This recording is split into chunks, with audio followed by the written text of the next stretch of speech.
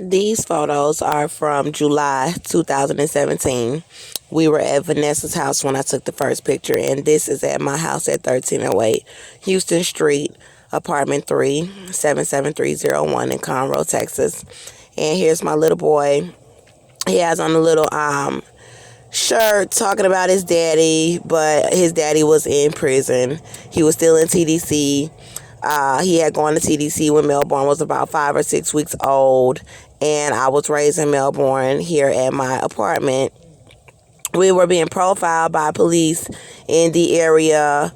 I had gotten a job, and I was taking care of Melbourne, working a part-time job, taking care of him by myself in my home. He was a very vibrant little boy.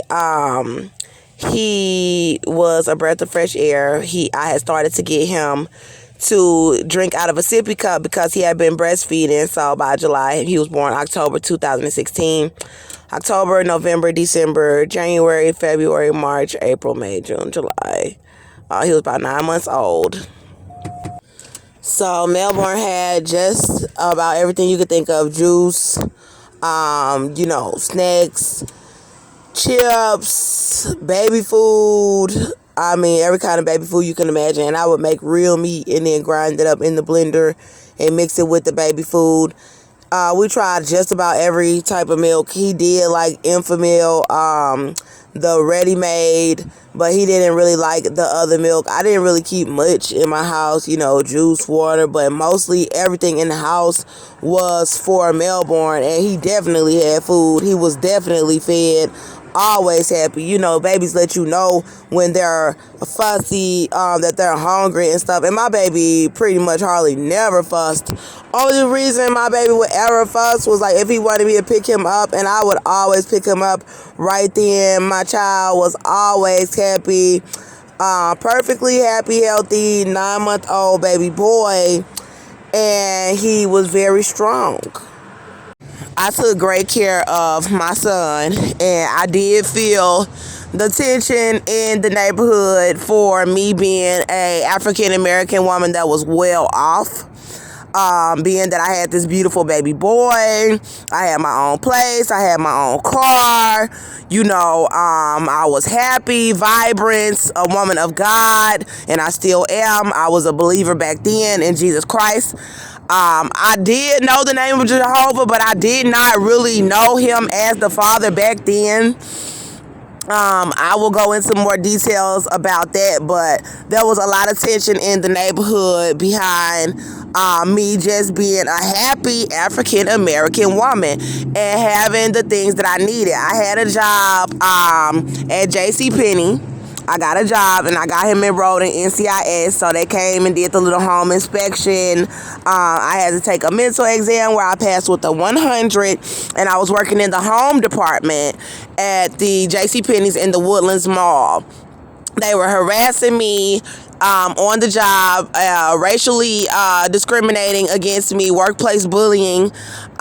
They were being very racist towards me where he was going to daycare, because I came in with the braids in my hair, and once I started wearing my real hair to drop him off, the women at the daycare facility kept making comments about, well, there was one woman, she kept making comments about my hair, and she was treating me differently.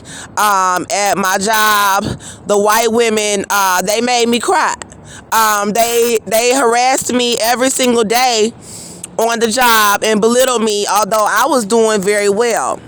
But I continue to take care of my child. As you can see, my home is clean, up to par. My baby, taken care of, happy. There was no men in my home. There were no females from the streets in my home. Cynthia O'Vera, Joseph O'Vera was not in my home. They did not keep him. They did not dress him. They did not take him to daycare every day. They weren't the ones wiping every diaper, bathing him, keeping him happy. This was my son. This was my life. And I did not even have phone contact with his father. His father and I only kept contact through letters. He would write me letters, and then Sometimes I would write him back letters through the JPay. I took him. This is us at Cynthia O'Vera and Joseph O'Vera's house in Magnolia, Texas, and I took him over there to visit Cynthia while I would wash clothes at her house sometimes. And as you can see, he's right there up under me, even at Cynthia's house. And there was a lot of tension because my son loved his mother, and he wanted to be up under his mother. He was never even up under Cynthia. Like, he would go to her for a little while, but then he would come back to his mother. This is us at home, and he wants to breastfeed. So, that's the look that he gets when he's like, I'm ready to nurse. Come on, mama, let's lay down, let me nurse, and go to sleep. And they took my child, and he needs to be returned.